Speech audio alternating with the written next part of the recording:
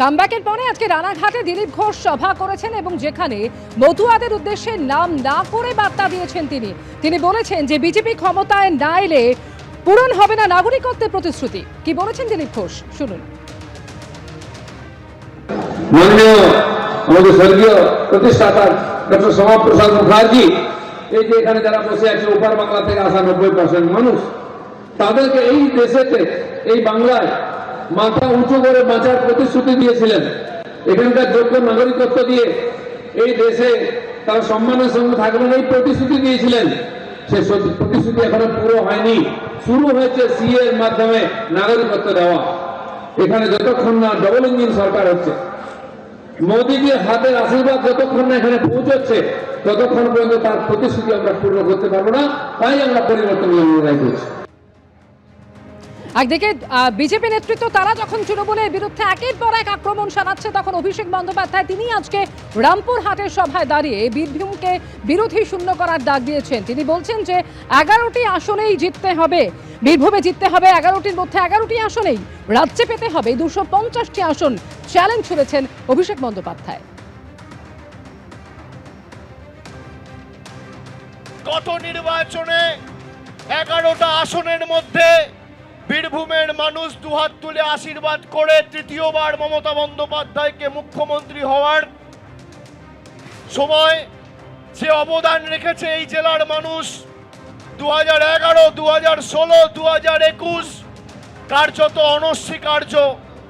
2026-এ চতুর্থবার মামাটি মানুষের সরকার হবে, কিন্তু এবার 10 নয় 11-0 তৃণমূলের পক্ষে বীরভূমের মানুষকে করতে হবে। বীরভূমে কত বুথ আছে?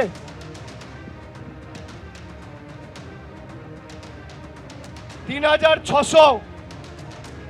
আজকে কথা দিতে হবে এই 3600 বুথ থেকেই বাংলা বিরোধীদের ভোকাট্টা করতে হবে। একটা বুথে যেন এরা মাথা তুলতে না পারে। কালকে দেখলাম কেষ্টদা বলেছে মাকে বলে এসছি 230টা আসন দিতে হবে। আমি তো আজকে 20টা আরো বাড়িয়ে বলব।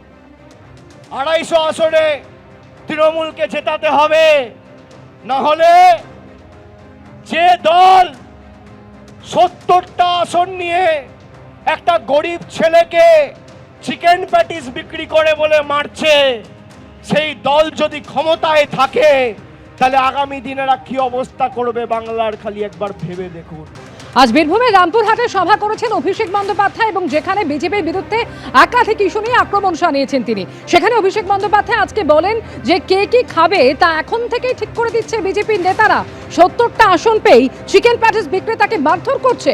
ঠিক কি বলেছেন অভিষেক বন্দ্যোপাধ্যায় শোনাবো।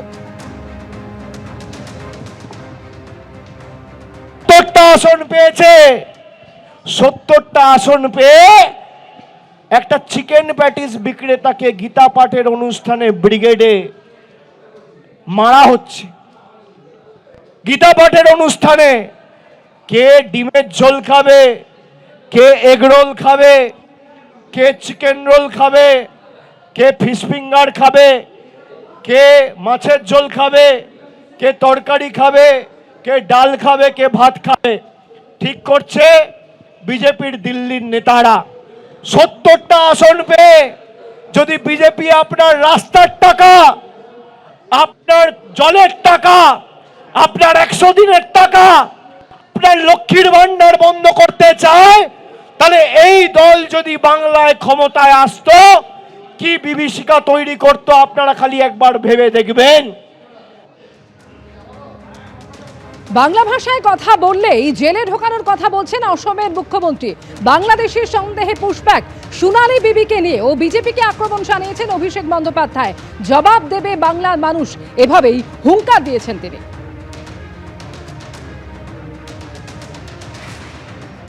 বাংলার মানুষকে বাংলাদেশি বলে আখ্যায়িত করা, এই মাটির একজন মেয়ে সোনালী খাতুন জোর জবরদস্তি গায়ের জোরে বাংলাদেশি বলে দাগিয়ে দিয়ে তাকে বাংলাদেশের জেলে পাঠিয়ে দেওয়া হয়েছে। হাইকোর্ট সুপ্রিম কোর্ট থেকে অর্ডার করে তৃণমূল কংগ্রেসের সৈনিকেরা লড়াই করে তাকে নিয়ে আসার ব্যবস্থা করেছে। সে গতকাল একটা ফুটফুটে পুত্র সন্তানের জন্ম দিয়েছে।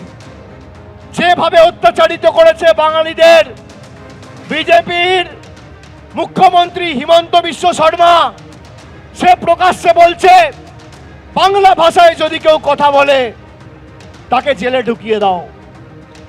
বিজেপির নেতারা বলছে বাংলা বলে কোনো ভাষা নেই।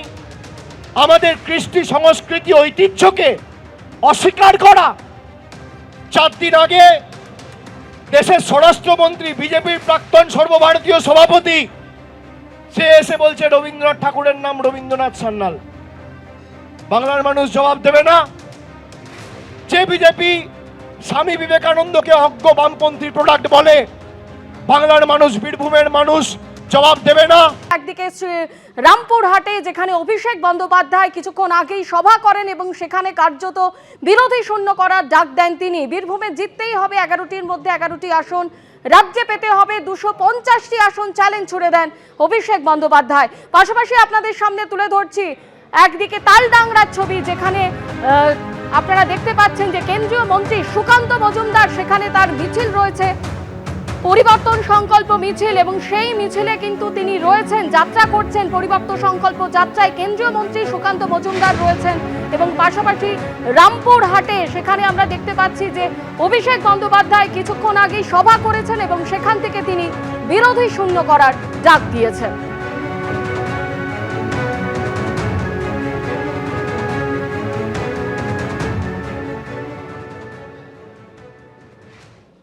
গত নির্বাচনে 11টা আসনের মধ্যে বীরভূমের মানুষ দুহাত তুলে আশীর্বাদ করে তৃতীয়বার মমতা বন্দ্যোপাধ্যায়কে মুখ্যমন্ত্রী হওয়ার সময় যে অবদান রেখেছে এই জেলার মানুষ, 2011, 2016, 2021 কার্যত অনস্বীকার্য।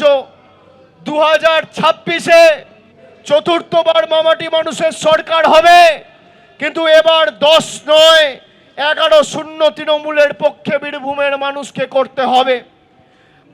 বীরভূমে কত বুথ আছে?